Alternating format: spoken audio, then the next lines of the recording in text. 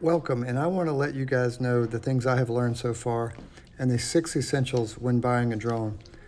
I've had this drone for about 1 month. I bought it at Best Buy. I couldn't wait for Amazon. I had to get it that day. I was so excited. And when I did get it, I immediately realized that glare is a huge problem with the RC2 screens, and having a cover is really, really helpful. So go out and get yourself a cover for your particular drone, and it will help a lot. And it also protects it. Now, one thing I do kind of regret is I did not get the Fly More combo, and I think that would have been a huge help. These covers are very inexpensive. You can get them on Amazon for about $15, depending on your drone model. What's that, honey? It's all upstairs. The RC2 controller is amazing, and they do claim about 10 miles of line of sight flight. I would say that's very optimistic, because what happens is I sent one out over the water straight to another island called Dog Island, and basically the drone ran out of battery, even with its larger 47-minute battery, before it ran out of line of sight. So line of sight is great, it's just the battery of the drone will wear out. Now, another thing you're definitely going to need is a lanyard on your RC2 controller. This is an expensive controller, so you want to protect it. So having the cover and the lanyard is essential. The third essential you're definitely going to need is something to transfer the video files. Now, using the onboard software and trying to transfer it to your phone through Bluetooth works okay for some very small videos. But when you start getting into multiple gigabyte videos, it's better just to pull the card out, put an adapter in your phone or your computer or your tablet, whatever you're editing your video on, and then upload it directly into the device. I have an iPhone, so I use Apple Files and then transfer that to my photo album. Then I transfer that to iMovie.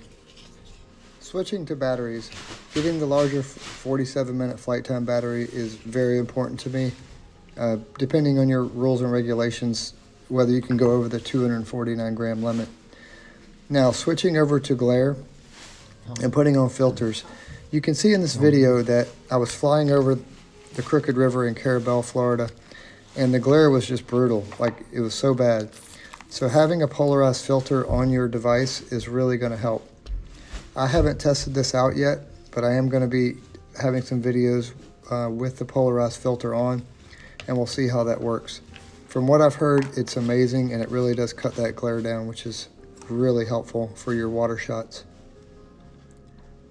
I'm going to have to dig into these filters and see what each one does. It comes with 6 of them.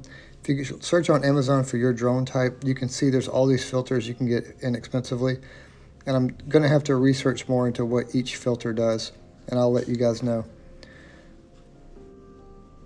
A couple more tips I want to leave you guys with is, remember, your drone has line of sight. That means any obstructions, trees, buildings, mountains, anything that's in your way will definitely cut your flight time and basically trigger a return to home response. So make sure that you're at the highest point you can be, like, on top of a tower or a deck or something that you can get higher and higher. The higher you are, the more line of sight you're going to have. And then, of course, raising the elevation of your drone helps too. Having a good bag is essential.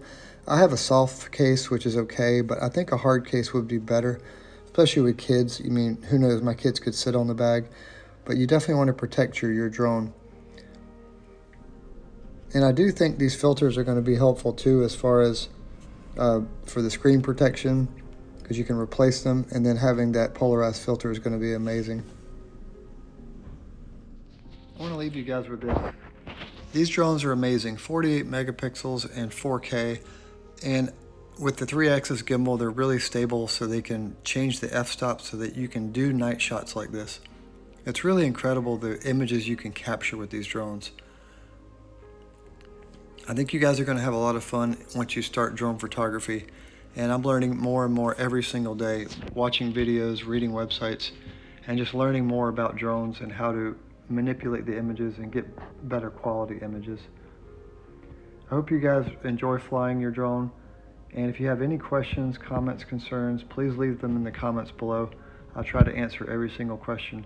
And if you have any requests for future drone videos, please let me know, and I will definitely respond to you. Have a great day, and take care.